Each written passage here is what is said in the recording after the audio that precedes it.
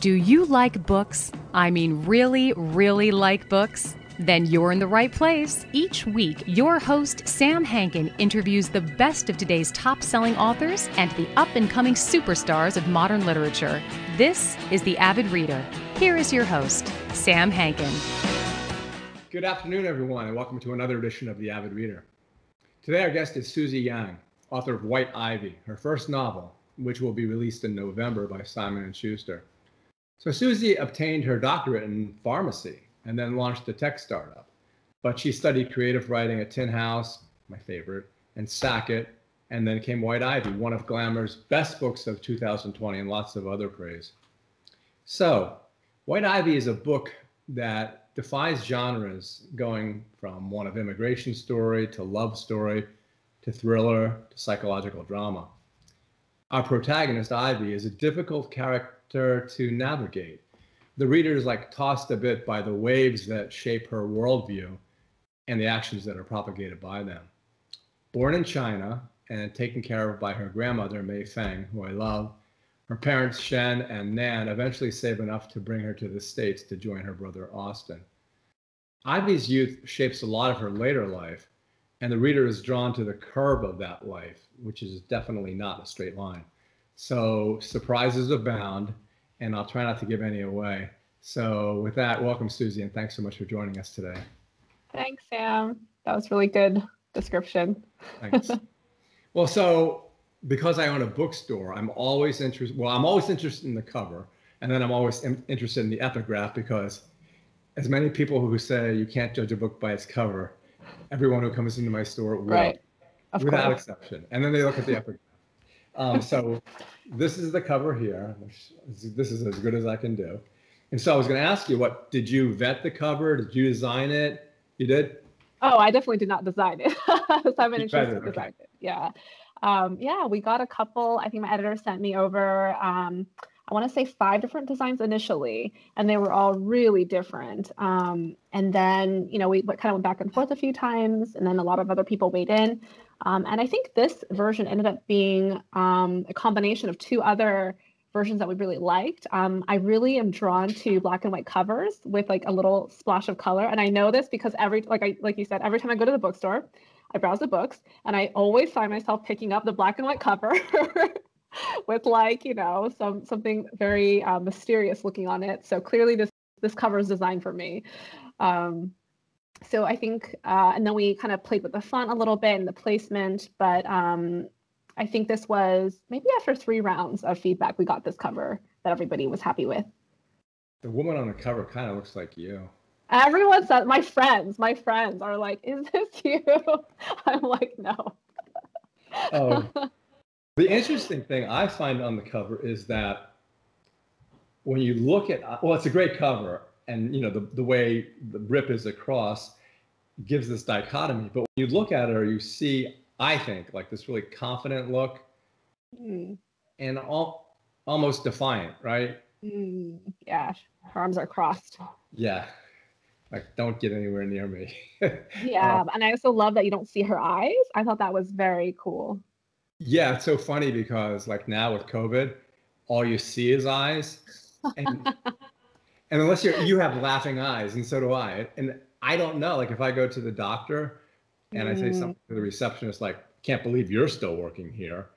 I don't know whether she thinks I'm being a jackass or whether she thinks it's funny. Yeah, you can't read people well. Yeah, it's harder to read people. Well, so getting into the book, the epigraph. So the epigraph is, the snow goose needs not bathe to make itself white. So you must have thought about that a long time, I assume. Oh, yeah. Well, so... go ahead. No, you go ahead, because you have the answer. I don't. I was going to say, I think I must have Googled and cataloged something like hundreds of Chinese proverbs, searching for the perfect one that would kind of fit the theme of the book, but also tie into the title. And I went through so many.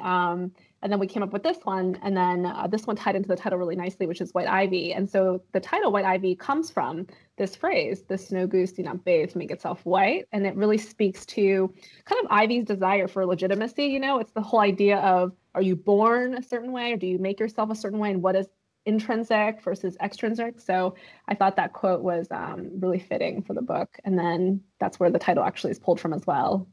Well, it kind of reminds me of the idea of gilding the lily. Like you don't have to because it's already. Yes, exactly. Anything you do to it is going to just kind of mess it up or make it something different. So why then is she White Ivy and she doesn't have to work to become White Ivy? I think to me, it speaks to the fact that she wants to be that type of person. So she has her intrinsic values, right? She has intrinsic worth, but she wants something different. And she admires the people who don't have to try hard to be that. Do you know what I mean? So it's like she's aspiring to something that's unattainable because she wants something that comes naturally to others, but it doesn't come naturally to her. But she wants to be the sort of person where that would come naturally to. And I think that whatever it is in her mind, you know, whether it's whiteness or privilege or money, but whatever that, you know, elusive goal is, that's what she aspires to. So I think the quote is, it kind of speaks to an unattainable thing. It's like looking at afar and you think, oh, those people, they have it so easy. You know, they're just born that way. But, you know, you're born a certain way, but she doesn't value those things. So I quite like that quote because of all the different meaning. Yeah. And it actually describes a lot of the people in the book. Whether you're talking about Gideon, is he this or is he that? Right. The Speyer family, you know, first I thought one thing about them and then I thought, oh, they're not. Before I go off on all kinds of tangents, but since the book's not out yet, no one's read it, so I'm only asking questions about what I thought about it. I'll do two more, and then I can ask you to tell a little bit about the book, because that's what we're here for. But I love Mei Feng because she's a driving force for Ivy throughout the book. And what I didn't mention in the introduction is it's also funny. So thank you. My favorite part is when Mei Feng tells her how to switch price tags, which okay, so tell us a little bit about the book. Oh wait, before that, another one. So is Ivy beautiful in the physical sense? Is that how you imagine her? Because it's hard for the reader to know. That's so interesting. I think she grows into it. Yeah, I think as a kid, maybe she feels more plain. You know, she doesn't have the adornments of a teenager. But I think as she gets older, she understands how to signal, you know what I mean? Signal beauty and signal cultivation. So yeah, I picture her. I picture her attractive in like a very cultivated kind of way. Oh, much more like at the party when you know, the founder of the company's wife comes and meets with her. Yeah. So, and she has really good eyelashes. Yeah. I think I do write that a few times, yes. So tell us a little bit about the book in general then. Yeah, so White Ivy, it follows our protagonist, Ivy Lynn, from when she's 14 to 27, and she falls in love with the son of a state senator who goes to her private school as a child, and then they reconnect again as adults. And so the story really explores how far Ivy is willing to go to kind of get what she wants, which is access to this world that Gideon represents to her. Book and class, you know, things that she aspires to, but doesn't necessarily feel like she has. And, you know, no spoilers. Essentially, we see the way that she manipulates people and the way that she adapts herself to her environment, all to achieve this very singular purpose of marrying into the Speyer family. Yeah, I know. It's funny because, you know, one of the reviews said that she sinks her claws into Gideon. And I thought about that for a while, and I'm thinking, I don't know if that's exactly what she does. And then the idea of her being a thief and being introduced on the first page, that's basically the first sentence. Yeah, it is the first sentence. Yeah. But I thought about her attraction to Gideon and how she went to the party and things didn't work out. And so Rue, is that how I pronounce it? Rue? Yes. Rue gets involved. So like the novel is quite circular because the only reason Rue gets involved is because of rejection by Gideon, correct? Yes. And then it comes back full circle. Yes. it's almost like a book like of human bondage or something like that, where you should go after the person you want to go after, but you end up going for somebody else. Yeah, if only we all wanted what was good for us, right? Yeah, well, that's the thing about Ivy, is that she could make the right decisions. And there are books like that too, but she chooses. Well, the question is really, does she either despise her or you understand her? Probably few people actually like her. And so is her character because of the way she was brought up, just like maybe like Austen's character, or is her character something that she really strived for? I think it's a combination of both. I think that both her personality, which is probably inherent, and also the circumstances in which she was raised, like such as Mayfeng's influence or her immigrant background. I think the alchemy of those two kind of created her very specific character, in my mind at least. I wanted to show that. I think that, for example, Austen and Ivy, you could say, were raised very similarly in the same family, and he turned out very different. And so I wanted to show both her personality, which is, already very impressionable, very aspirational. She has a very vivid imagination. She's always longing for something that she doesn't have, that restless sense. And that is fueled with her circumstances, growing up as a Chinese American immigrant in a very low income apartment housing, but then going to a very wealthy private school and saying, oh, wait, I don't have what those people have. So I think it's the alchemy of that created her, her very unique worldview and the way that she makes decisions that are very unique to her. I think it's shaped by both her character that she was born with, but also the circumstances around her childhood. Well, when you talk about the difference between Austen and Ivy, their upbringing was similar. There's other reviews that say that there's this, I guess, thread of subtle racism throughout the novel, which I wouldn't necessarily agree with.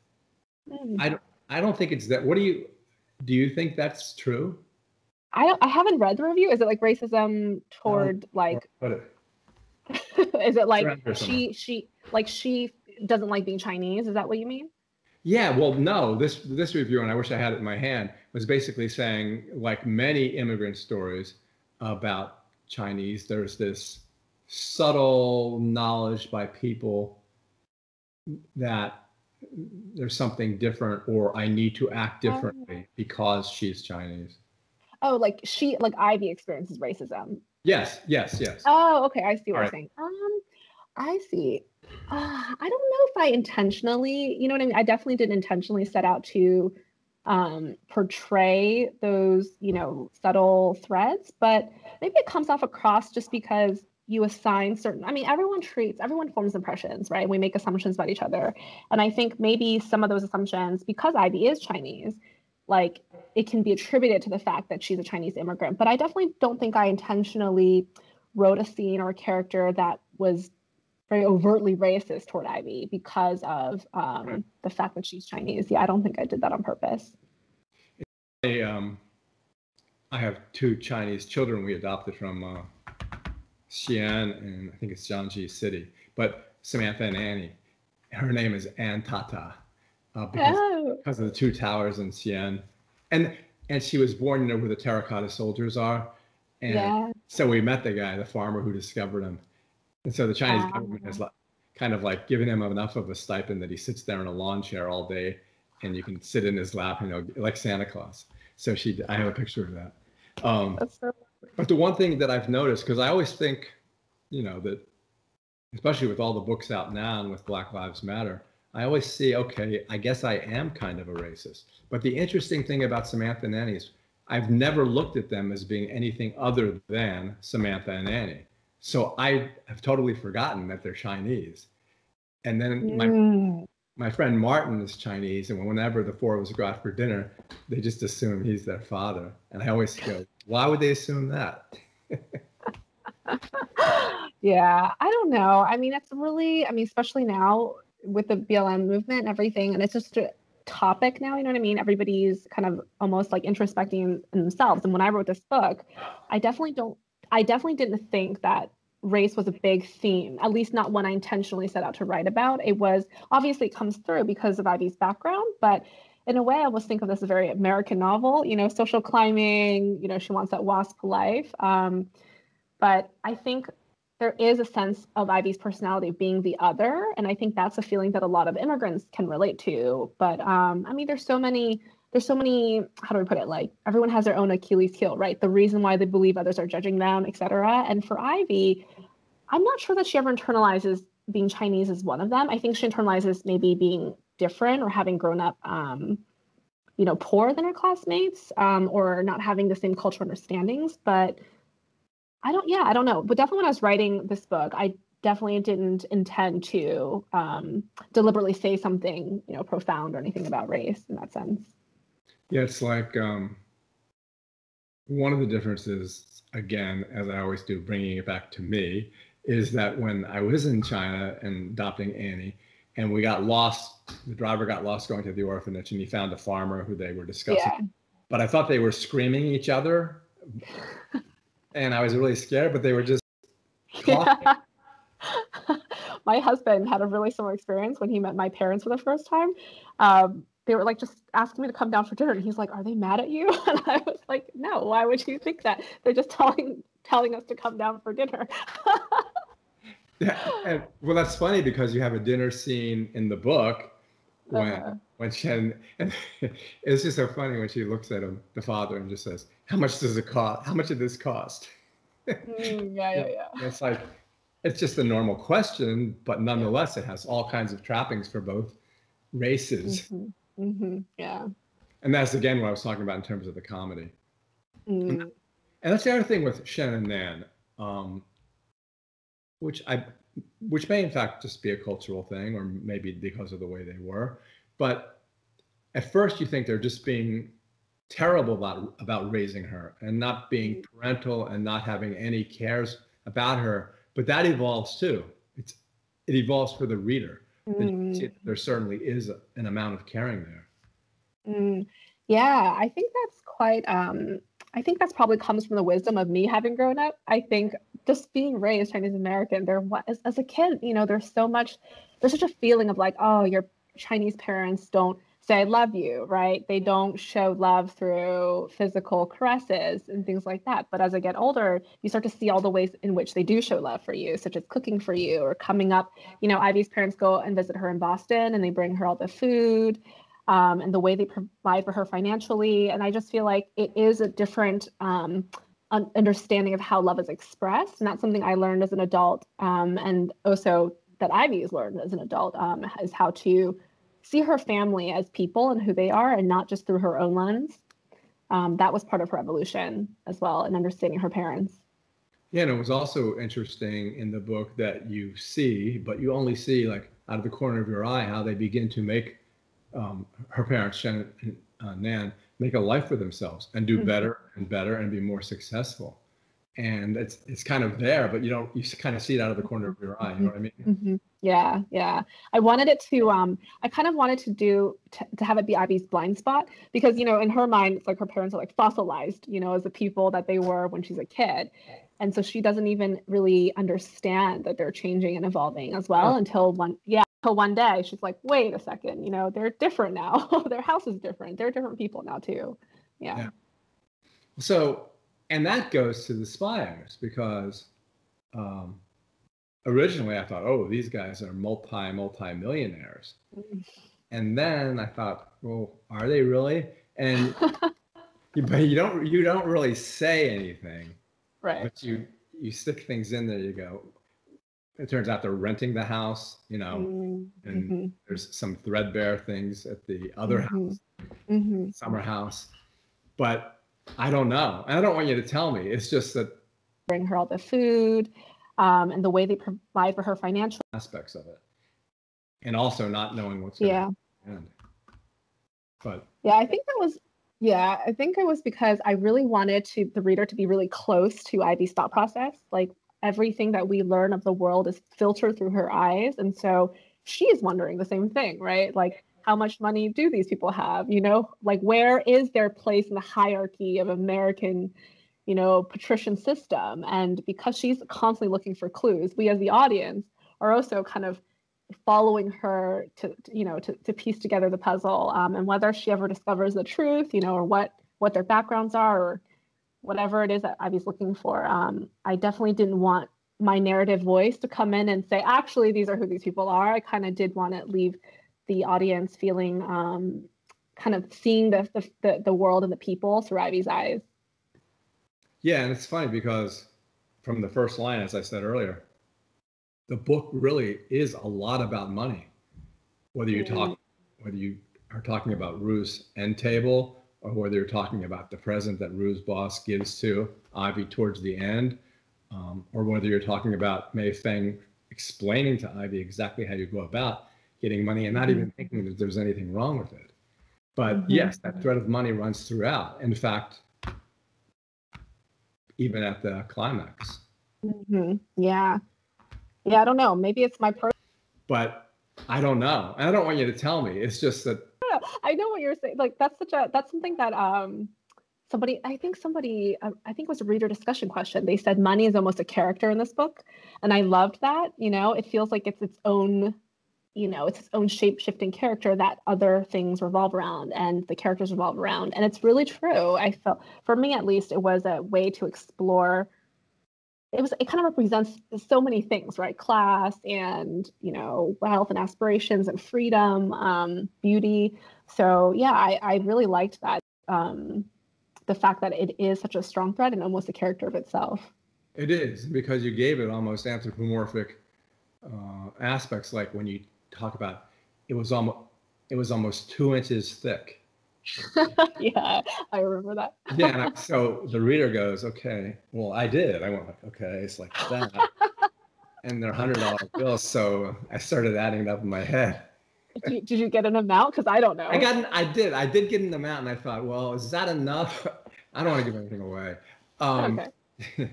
But it's funny, like with Rue, he's all about money too. And it's almost, again, like a different immigrant story too.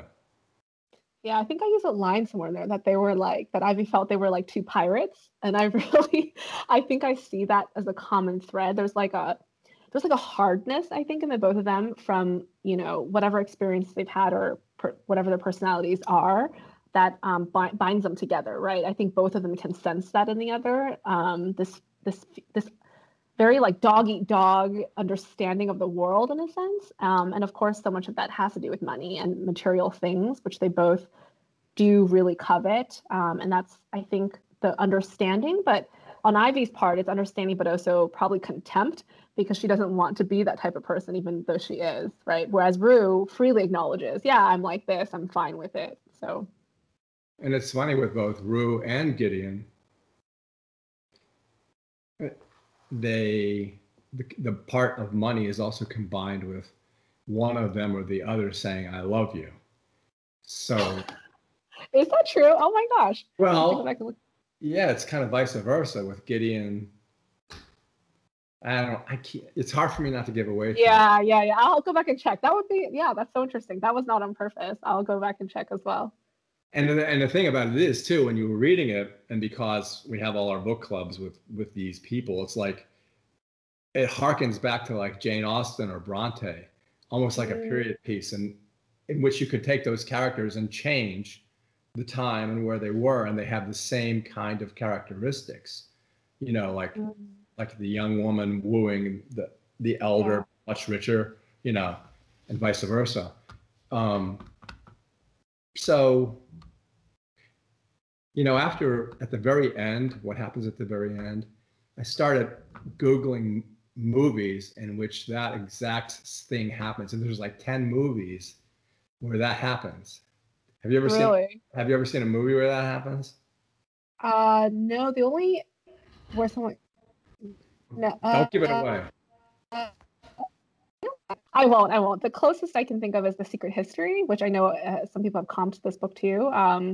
Obviously it's so iconic, but that's the one I can think of. I don't think I've ever seen any movies or that had that particular type of ending. There's some recent ones, but I was trying to think of which one it is. But there's an old black and white one. It's like with either Cary Grant or Jimmy Stewart or someone like that, and they get. Oh yeah, and that's my point, is because they are torn between the idea of doing this or doing that. Whereas Ivy has it planned, and there's never any hesitation, in her plan and how she's going to carry it off very well. And that's where it really does come into one of the genres that I mentioned at the outset. Yeah. Yep. Yeah, I always knew that was the finale of Ivy's development. That was going to be the pinnacle of her journey and in this particular part of her life. So I think everything, for me at least, the storytelling that all came before that, to me, led up to that point where her decisions would be, understandable, believable, impactful. So I always knew that she was headed there. Oh, so that's like one of the questions that every other interview will ask you. Did you think that last part, did the novel work its way backwards from that point that you did you? Is that what happened? I always knew, so I think when I was writing this book, the first sentence came to me first. Ivy was a thief. And then I always knew everything was going to happen. I knew the characters. I knew what she was going to do. It was like the vision, the big skeleton of the book had never changed from the first sentence. It was really just how to lay out, each scene so that it, had the most impact and was the most satisfying story reading experience. But yeah, all the beats, the different parts of her life, the things that would shape her, what she would do, that's never changed since I thought of the book. Yeah, it reminds me of that the Mr. Ripley book. Yeah. The Talented Mr. Ripley. Yeah, right. And so it's like, is she a sociopath? That's such a good question. That's something that I actually grappled with when I was writing the first 50 pages or so, because I thought, do I want to go down that route?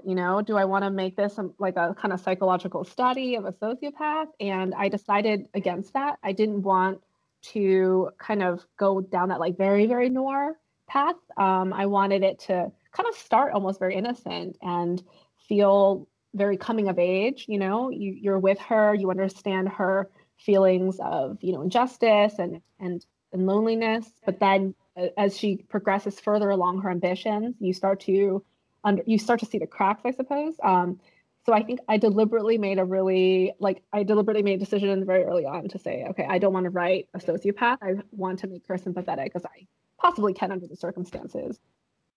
Yeah, and two things, if I can keep them in my mind, I'm gonna write it down. One is the scene where he says goodbye to Tom. In that Gideon says goodbye to Tom, and then everything, whatever. So, and the other one is when Rue and Ivy kind of say goodbye to each other in a way, but there's all that goodbye is filled with threats. The goodbye between Gideon, in a sense, and Ivy is just like, okay, I'm going to have to deal with this now. It's not going to change my relationship. I just have to deal with it. With Gideon and Ivy when they say goodbye, or I said it all wrong. What I mean is that scene where Ivy discovers something, and okay. Yeah, she discovers something, and it's like, okay, got it. Oh, I see. I'm with you. Yeah. I'm with you. Yes. So the kind of the discrepancy between her different reactions. Yes, exactly. Yeah. I think the last part for me, I thought a lot about how she would react, in that moment. And I think for me, that was sort of almost the death of Ivy. To me, it was almost like the death of Ivy's, I don't want to say individuality, but just her honesty in a way. I think at that point, she makes a conscious decision. I mean, she had that conversation with Sylvia, do you remember, in the dressing room? Exactly. Where basically Sylvia is saying, you guys both like life, and it's fine because you found somebody to go on pretending with you for.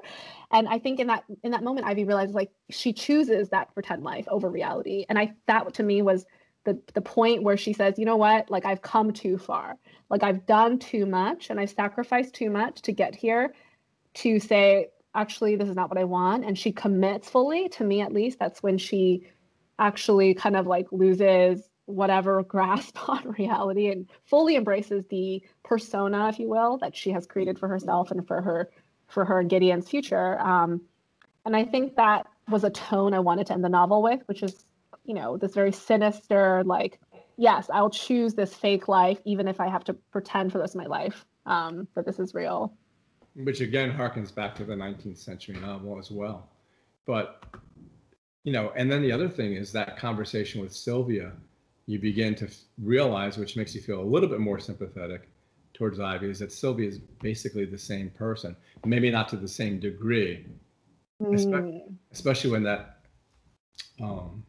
understanding arises between them, not one that Sylvia is particularly, Yeah. It's so interesting. I feel like Sylvia is probably one of the most hated characters. I don't think I've had anybody be like, I really liked everyone like really despises her. Well, again, at the very beginning of her relationship, Sylvia seems like a wonderful person. Yeah, very supportive. They both have their agendas, that's for sure. Yeah. I think that's a really good word. I definitely thought a lot about what are people's real agendas and why, like, what are they doing to cover that up and why? And I think a lot of people, and most of the characters, at least in this book, I do feel like have their own agendas, as all humans do, right? Nobody is so purely honest with everybody. But one of the more interesting, compelling things about writing this book was to show and reveal, people's hidden agendas versus what they're portraying to the world. And then seeing how all those come together, that was really pleasurable for me. Yeah, I think you're right that each of them, and that was something that came to me later in the book, is that, all of these people have exactly an idea of where they're going, and none of it's necessarily going to be at the surface, except, which is why I like her so much, Ivy's grandmother. Yeah, she's too old. Maybe when she was younger. Well, yes, she has her own backstory too. That's very yeah. true. But now she is what she is. She's going to say what she says. Yeah, now that I get older, I feel the same way. Except most of the time I feel like I'm invisible and no one listens to a word I'm saying. As my older daughter told me, she goes, "Look, Dad, you've lived your life. Now we have ours." I mean, I do sympathize. I think I said something similar to my dad a few months ago, where I think I said something like, "You have no more power." I really want to say that, but plus that depresses me that you said that. But I mean, I was like part kidding, part serious, and he just was so annoyed. Well, the other thing is, she says, and I'm sure you've done this too, "Dad, you've told me that story 100 times. Oh yes. But that's natural. Honestly, I'm 32 and I have friends who already do that, so I don't even know that's related with age. So I get told that too, which makes me feel a little better. But now I'm afraid to tell her anything. She enjoys it. She enjoys teasing you, I'm sure. She does. Yeah. Nut doesn't fall far from the tree. Well, so one of the things I got at earlier, which is, I know a lot. Well, look, since we have all these book clubs, and this will definitely be in the book club. I call it Fight Club because. Oh, I love that. That's awesome. I always imagine like it's a table with two people on either side, and I feel like they want to get their claws into the other person. How can you like her? How can you think that he's doing what he's doing? Wow, I want to join that book club. That sounds very exciting. It's always all women, though. There's never a guy in there. And I'm not saying that in a chauvinistic way. It's true. Yeah. There aren't any. But except in the nonfiction book club. That's where they'll do that.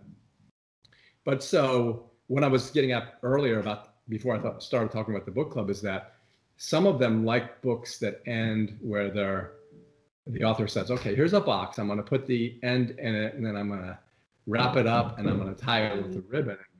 And some people, and that's fine if they want that.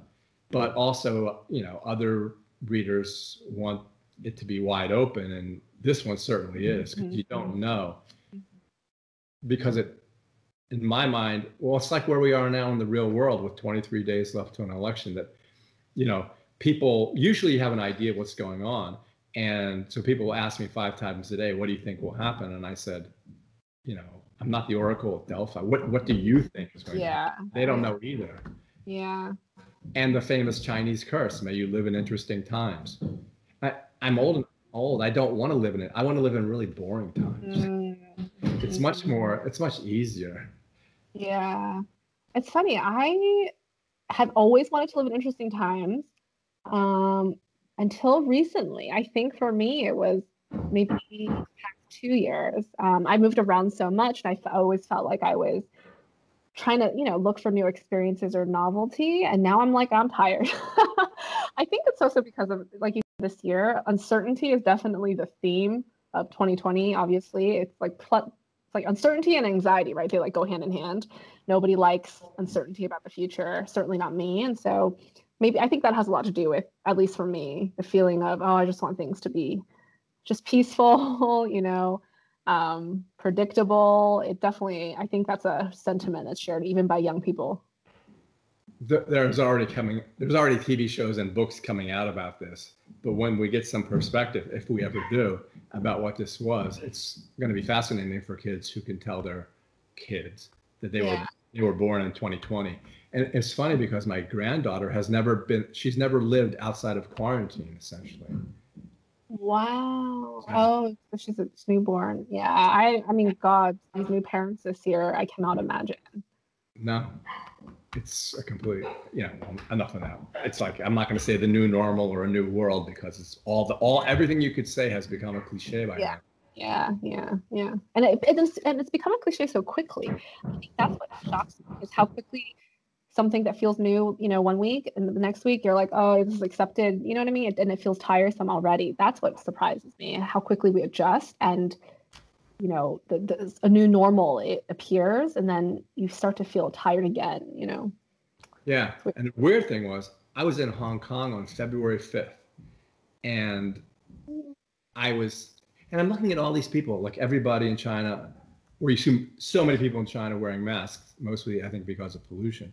But I saw them all there, and I've always kind of laughed at it, especially in New York. You see one woman wearing a mask. I never thought I would see this day. Yeah. And when I came back from Hong Kong, no one checked me, no one stopped me at customs, no one was wearing a mask. Whereas they were already taking my temperature as I went up the escalator in Hong Kong. Yeah. All of which has nothing to do with selling your book or will make you any money. Anyway, no, it's good. Good conversation. Yeah. This year is crazy. Well, so I guess another question you'll always be asked is, and I think I had a dream about this, is a boring dream, but a dream nonetheless, is what are you thinking about doing next, or have you already started it? Book for my second book? Yeah. Yeah, no, I'm like 200 pages, I think. I checked today, something around there, into the second book. So I've been working on it because I've been doing so many rounds of edits on this book. So then between the edits, and then also this year in lockdown, I just was trying to think about something else besides the news. So I've been working a lot. And yeah, so I'm 200 pages in. I think it has similar themes in the sense, I feel like for me at least, I didn't know what type of writer I was because I've only written one book. So it's hard to say if there's a pattern or if I'm going to be interested in the same thing. So what I found in writing the second book is that I am really drawn to the theme of identity, the struggle with that. And just even reflecting on myself, it's like, oh yeah, of course, I grew up in so many different cultures. Obviously, that's something I would be interested in. So that's definitely a prominent theme, but the setting is partly, in the US as well. And then partly it takes place in Beijing in the Chinese entertainment industry. So, and it, again, has really similar explorations of people's surface agendas and then their inner agendas, and how people can, adapt their circumstances to get what they want. So it has similar themes, but it's hard for me to say what it is overall yet because I'm like two-thirds. So it's hard to see what the big picture is because I'm still stuck in the weeds. Yeah, but right now it seems like what you're saying is you're kind of drawn, not magnetically, but you're drawn in a certain area. You're drawn to a certain path, it appears like. Yeah, I'm drawn to certain themes, I realized. Kind of conflicting identity, the themes of what people how people want to portray themselves versus who they are on the inside. The generational struggles between parents and kids, the ways that we make assumptions about each other that are false, and what the consequences of those assumptions are. I think those are the themes I'm still exploring in the second book. Well, I wouldn't ask whether any of this is autobiographical, but I would ask, is that something that you see in the lives of your friends and the lives of the people you meet? Do you note it? And how can you discern it? Yeah. So for me, I hate research. I know some authors like love research. I actually despise research. If I can make it up and not look it up, I will make it up. So when I was thinking through, because I've been asked this before, it feels like it is alchemy. So for example, Ivy's Thieving and all of that. I mean, I was such a good kid. Like I never, broke the rules. I never even missed class. So for me, I was really inspired because I had a really good friend. I think I was maybe in 8th grade, and he was a really nice boy, very quiet. And then a few years later, I moved away, but an article came out about him, and essentially he had been organizing this entire theft scam where he would go into people's homes in the suburbs and essentially steal things from their garages and sell them on eBay. And so actually I had all these scenes of Ivy and Rue doing something very similar, where they are essentially running a thieving scam of their neighbors' garages. So I just little things like that. I don't know why they leave an impression on me. I've read this article when I was in high school, but they do. And then when they all come together and they form kind of a cohesive plot that supports the things I want to write about, that's how the story comes to me. So I can't say that it's not autobiographical, or it is. It really is just stories people tell me. And then, of course, with the Chinese culture thing, it's things from my experiences, from my Chinese American, but not even just Chinese American, just my immigrant friends or my American friends. Just little tics that people have, or if you catch someone in a lie, just little things where there's a difference between what people say and what they mean. Just little things like that strike me, that I'm really interested in capturing in the book that I work on. When I was a kid, there was another kid I knew, but I knew not to hang around with him. What he said was, he would always look at the obituaries and read the funeral notices and when the funerals would be, because he could go to the house then because no one would be there. Oh my gosh. I got asked a question, what was the inspiration for Rue and Gideon? And I at first, my initial response was just, I don't know, I just made up, it just came to me, right? But then I really started thinking about it, and I realized that the character Rue, the core of his kind of cockiness comes from when I was in 3rd grade. I was living outside in these apartment complexes. I had a best friend, and she had an older brother who was way older than us, and he would ride his motorcycle around town, and he would park it in the parking lot. And he was dark haired and wore a leather jacket, and they were Eastern European. And then I thought, oh, that's where the image of Rue came to me from. But I had no idea, you know what I mean? It's very mysterious to myself. I always just say, yeah, I just came up with it. But there's probably little origins between all these little things, obviously, as any author would have. Yeah, there are little things that happen in your life that would necessarily make it into a book. It's one was these kids I used to put pennies on railroad tracks, or I put a dime on top of the penny, and then when the train ran over it, it would thin it out, so you just had a guitar pick kind of looking thing. Well, they would actually melt together, they wouldn't come apart. Oh, yeah. Wow. Okay. Unless it was shaking too much. So I used to put chewing gum on the bottom of it and stick it to it. But this may be apocryphal, but there was these kids down there doing that, and one was there to touch the track with his tongue, and it was cold, and he got his tongue sucked to the track. And so one of the kids had to actually pee on his tongue in order to loosen his tongue from that. See, that's the kind of thing that, you know what I mean?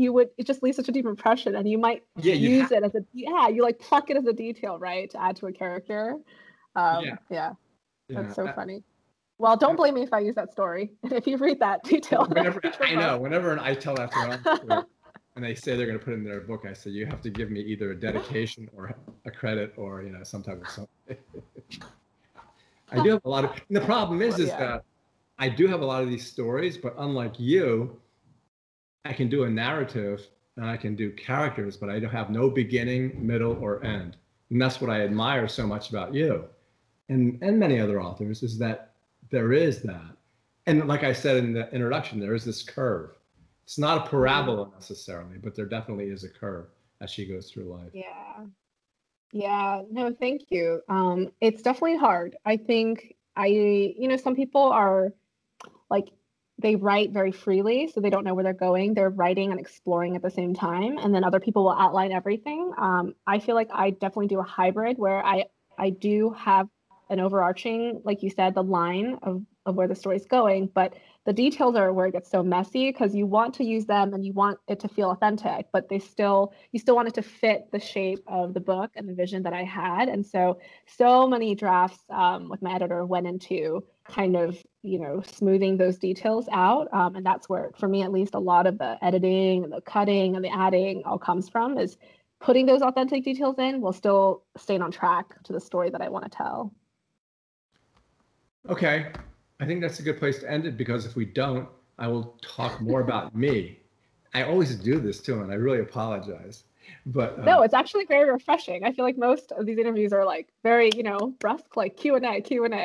Yeah, I know, because if you go on Good Morning America, or even Terry Gross to a certain extent, So what's your book about? How did you come up with it? Yeah. What's your writing schedule? Oh, I haven't been asked that one yet. Oh, you'll get asked that 10 scores of times. Oh, and you'll also get optioned for Netflix. I can almost predict it. Yes. I think you know something, but oh, pretty good. Yeah. Okay, well, thank you so much for coming today. I really enjoyed talking to you about your book, and it's great.